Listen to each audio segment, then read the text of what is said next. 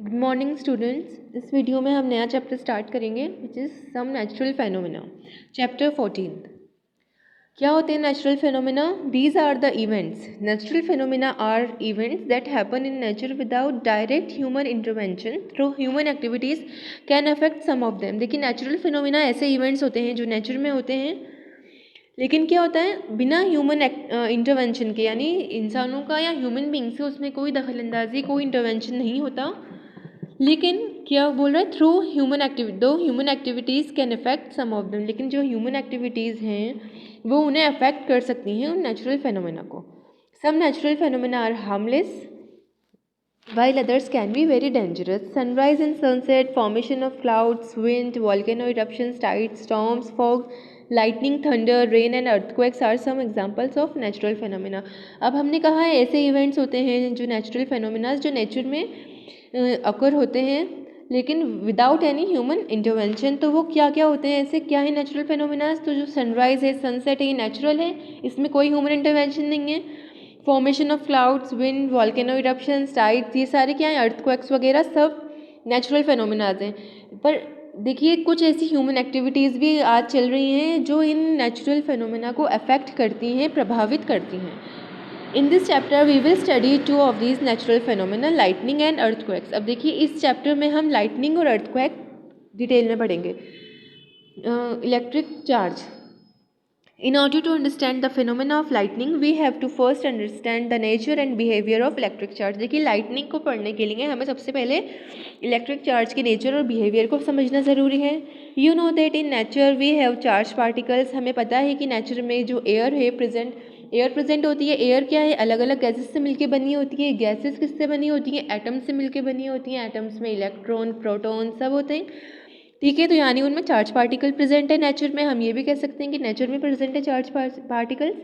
Usually objects have equal positive and negative charges. तो देखिए जितने भी ऑब्जेक्ट्स होते हैं ना उनमें ज़्यादातर तो नेगेटिव पॉजिटिव चार्जेस बराबर होते हैं, इक्वल होते हैं, which cancel each other and the object as a whole is not charge.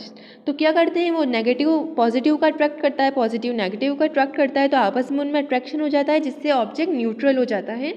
और क्या होता है वो एक दूसरे को कैंसिल कर देते हैं। कैंसिल कहना कहें, अट्रैक्शन कहें, जिससे क्या होता है the object as a whole is not charge. तो क्या अब फ्री जो चार्ज होंगे तभी बोलेंगे कि ऑब्जेक्ट चार्ज है। जब सारे चार्ज पेयर अप हो जाएंगे, पॉजिटिव नेगेटिव से पेयर अप हो जाएंगे, तो क्या बोलेंगे हम कि जो ऑब्जेक्ट है वो नॉट चार्ज है, चार्ज नहीं है। Such an object that does not have a net electric charge is said to be electrically neutral. मैंने बताया ऐसे ऑब्जेक्ट न्यूट्रल कहलाते हैं और उन्हें हम क्या कहेंगे?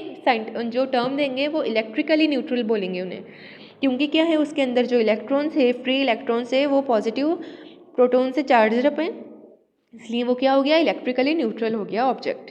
Lightning occurs because of the buildup of electric charge in the cloud. देखिए लाइटनिंग क्यों होती है? लाइटनिंग मतलब बिजली का कड़कना। अब हम जानते हैं कि आसमान में ही कड़कती है बिजली, क्लाउड्स में। तो क्लाउड्स में क्या होता है? जो गैसेस प्रेजेंट होती हैं, वाटर प्रेजेंट होते हैं, वाटर वेपर होते हैं, उसमें चार्ज होते हैं, वो बिल्डअप हो जाते हैं, ठीक है। Electric charge can be built up by process called charging. अब ये कैसे होते हैं बिल्डअप इलेक्ट्रिक चार्ज एनवायरमेंट में, क्लाउड्स में? Charging process called by a process called charging. Charging an object. There are three basic methods of charging an object: by friction, by contact, conduction and by induction. देखिए तीन methods बताए गए हैं charging के कि हम एक किसी भी ऑब्जेक्ट को कैसे चार्ज कर सकते हैं। फ्रिक्शन का तो आपको मतलब पता ही है, रगड़ना, फ्रिक्शन।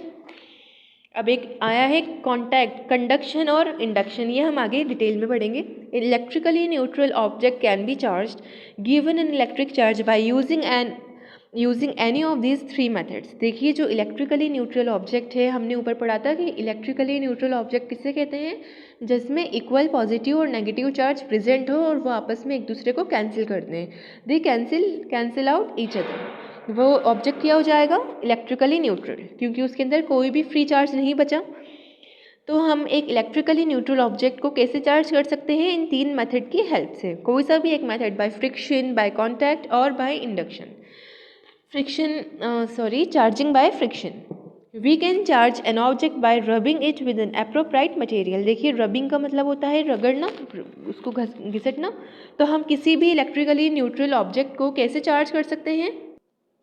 किसी एप्रोप्राइट मटेरियल, हमें ऐसा मटेरियल लेना है जिसके अंदर कुछ फ्री इलेक्ट्रॉन्स हो। जब हम उसे इलेक्ट्रिकली न्यूट्रल ऑब्जेक्ट पर रब करें, वो इलेक्ट्रॉन, जो फ्री इलेक्ट्रॉन है, वो उस ऑब्जेक्ट में आ जाए और वो इलेक्ट्रिकली चार्ज हो जाए। This method is called charging by friction. तो ये मेथड क्या कहलाता है? चार्जिंग बाय फ्रिक्शन, फ्रिक्शन से चार्ज करना।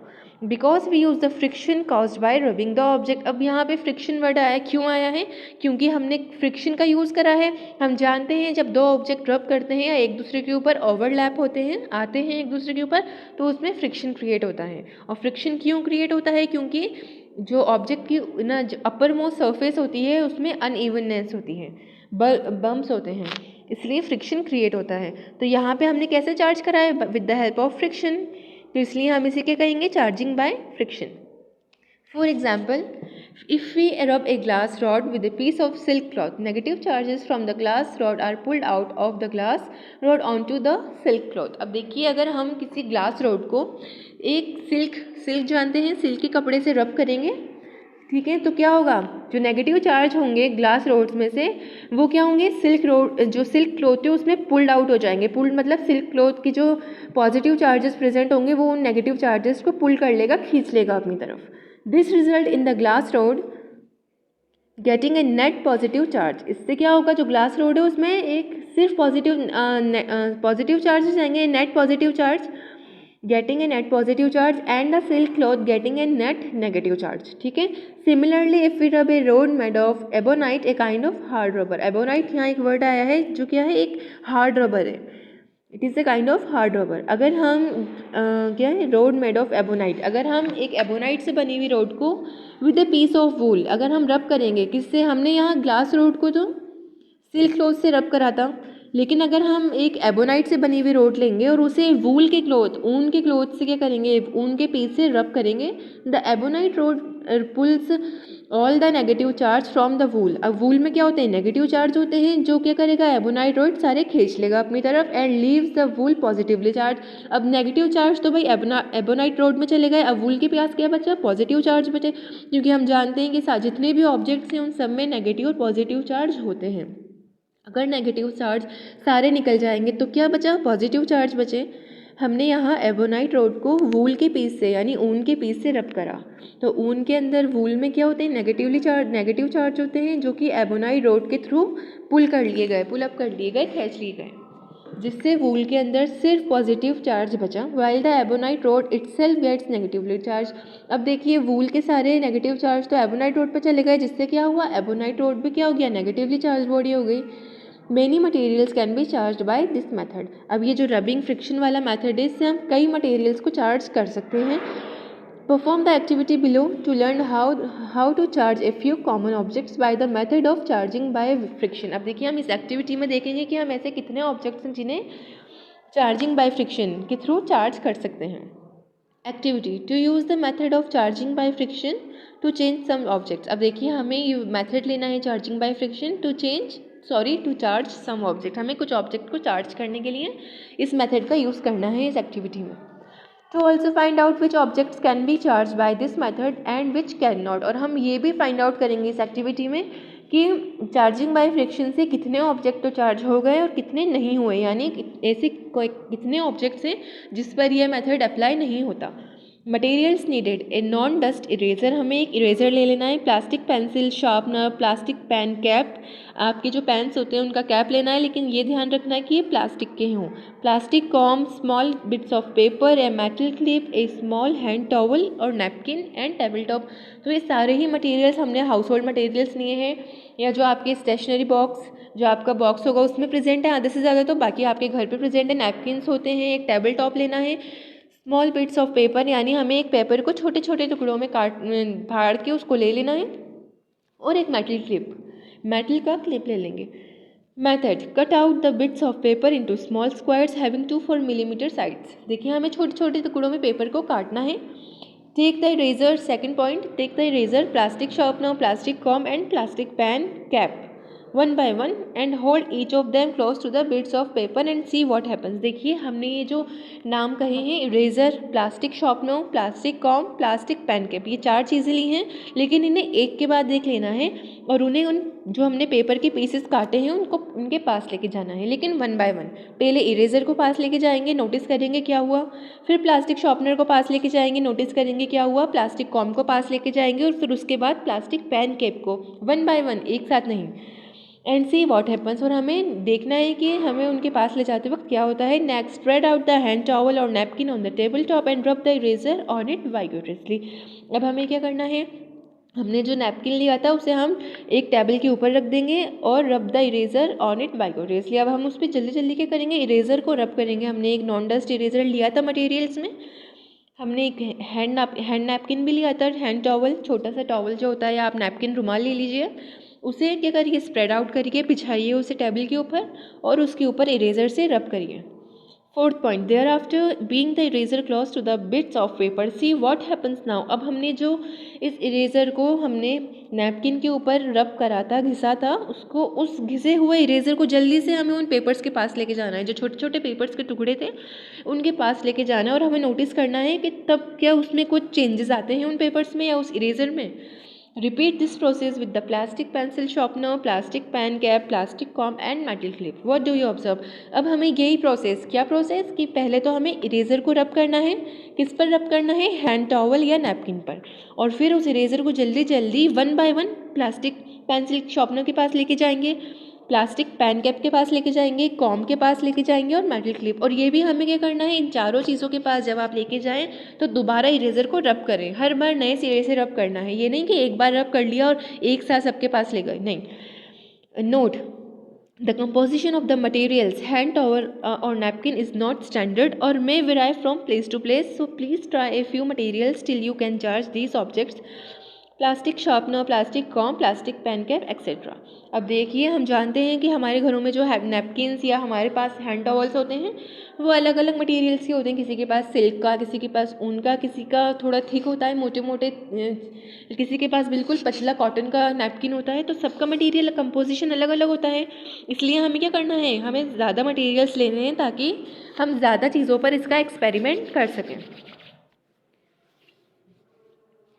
Observation. You will observe that before rubbing, the eraser, sharpener comb, pencil cap and metal clip had no effect on the bits of paper. देखिए, जब हम रबिंग करेंगे eraser से और जब हम इरेजर को शार्पनर, सॉरी, ये बोल रहे हैं बिफोर रबिंग, यानी हम जो सेकंड था मेथड, सेकंड में हमने क्या करा था, इरेजर लिया था और उससे हम इन चारों चीज़ों के पास लेके गए थे, लेकिन तब हमने इरेजर को रब नहीं करा था। तो जब बिना रब करे इरेजर को हम इन चारों चीज़ों के पास लेकर जाएंगे, प्लास्टिक कैप के पास, कॉम के पास, शार्पनर के पास, एक के बाद एक वन बाय वन, तब कुछ भी नहीं हुआ, कोई इफेक्ट हमें नहीं दिखा। किन पर नहीं दिखा, जो हमने पेपर के टुकड़े लिए थे उन पर। However, after rubbing the plastic eraser, plastic sharpener, plastic comb and pen cap attracts the bits of paper. लेकिन जब हमने क्या करा, रब करा, प्लास्टिक इरेजर को रब करा, प्लास्टिक शार्पनर को हमने टॉवल पर रब करा, प्लास्टिक कॉम को हमने रब करा और पेन कैप को रब करा, और फिर जब हम इन सारी चीज़ों को रब करके पेपर के पास लेके गए तो क्या हुआ, पेपर के पीस रबिंग के बाद इन पर अट्रैक्ट हो गए। However, the metal clip does not attract the pieces of paper even after rubbing. लेकिन जो मेटल क्लिप था वो रबिंग करने के बाद भी अट्रैक्ट नहीं हुआ और रब करने से पहले भी उस पर अट्रैक्ट नहीं हुआ।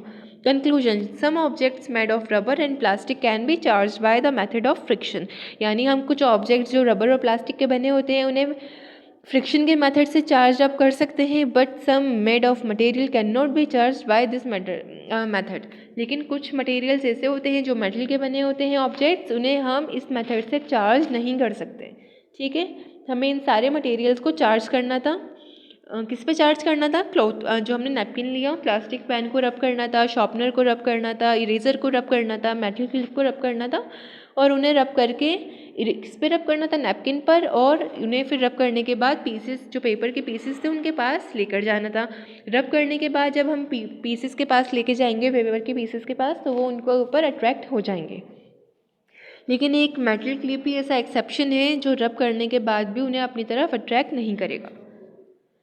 In the above activity, we observed that some objects made of plastic and rubber can be charged by rubbing them with an appropriate material. देखिए हमने इस एक्टिविटी से ये समझा, ये स्टडी करा कि कुछ ऑब्जेक्ट्स ऐसे हैं जो प्लास्टिक और रबर के बने होते हैं, उन्हें हम चार्ज कर सकते हैं. कैसे चार्ज कर सकते हैं? With rubbing them with an appropriate material. ठीक है ना, किसी अप्रोप्राइट मटेरियल पर अगर हम उसे रब करेंगे तो वो उससे रब करने पर चार्ज हो जाएंगे, जो प्लास्टिक और रबर के बने हों ऑब्जेक्ट्स.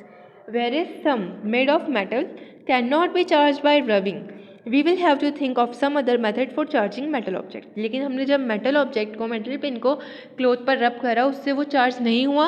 अब हमें इसको चार्ज करने के लिए कोई दूसरा मेथड देखना होगा. Charging by contact. An object can also be charge by bringing it close to a charge body without touching it. अब देखिए हम एक ऑब्जेक्ट को चार्ज कर सकते हैं. कैसे? सिर्फ एक चार्ज बॉडी के पास लाकर. अगर कोई बॉडी ऑलरेडी, कोई ऑब्जेक्ट है जो ऑलरेडी चार्ज अप है, चार्ज हुआ हुआ है, उसमें फ्री इलेक्ट्रॉन्स हैं, अगर हम एक न्यूट्रल ऑब्जेक्ट को या अनचार्ज बॉडी को उस चार्ज बॉडी के पास लेकर आएंगे तो वो क्या होगा? चार्ज हो जाएगा विदाउट टचिंग इट. हमने टच नहीं करा है, सिर्फ पास लेके गए हैं. This method of charging is called charging by induction. तो यही मेथड क्या होता है? Charging by induction. Electric charges can flow from one object to another via a conducting material like a metal.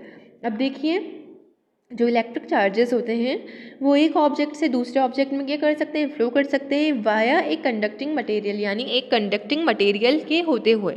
ठीक है, एक कंडक्टिंग मटेरियल की present में हेल्प से, लाइक ए मेटल, एक मेटल में. For example, if a metal object is touched with A charge glass rod. अगर हम किसी मेटल ऑब्जेक्ट को, ग्लास रोड को हमने चार्ज करा था सिल्क क्लॉथ से, यहाँ सबसे अबव ये जो फर्स्ट पैरा है इस एक्टिविटी के ऊपर, यहाँ हमने ग्लास रोड ली थी, एबोनाइट रोड ली थी. ग्लास रोड को सिल्क क्लॉथ से हमने चार्ज करा था, रब करा था, और एबोनाइट रोड को किससे करा था? पीस ऑफ वूल से. तो यहाँ ये चार्जिंग बाय कॉन्टैक्ट के पैरा में बोल रहा है कि अगर हम एक चार्ज ग्लास रोड को किसी मेटल ऑब्जेक्ट से टच करवाएंगे, touched with A charge glass rod, the metal object will also get A charge. तो जो चार्ज ग्लास रोड के अंदर चार्ज होंगी, क्योंकि हमें नाम से पता चल रहा है charge glass rod, glass rod के नाम के आगे हमने चार्ज भी लगाया है, इससे पता चल रहा है कि ग्लास रोड क्या है? चार्ज है. अगर अनचार्ज है तो ओनली ग्लास रोड लिख देंगे. तो क्या होगा? मेटल ऑब्जेक्ट में भी थोड़े बहुत चार्ज आ जाएंगे. This is called charging bye conduction. इसे ही हम क्या कहेंगे? Charging by conduction. देखिए इंडक्शन में तो विदाउट टच था और कंडक्शन में बाय टचिंग मेथड आ रहा है. ये दोनों ही क्या है? Charging by contact. इंडक्शन और कंडक्शन दोनों ही क्या आएंगे? चार्जिंग बाय कॉन्टैक्ट में. इंडक्शन में तो विदाउट टचिंग था ऊपर, ये इसके फर्स्ट पैरा में induction. This method of charging is called charging by induction. Without touching it ऊपर लिखा हुआ है. ठीक है, और जो ये कंडक्शन है इसमें टच करना है.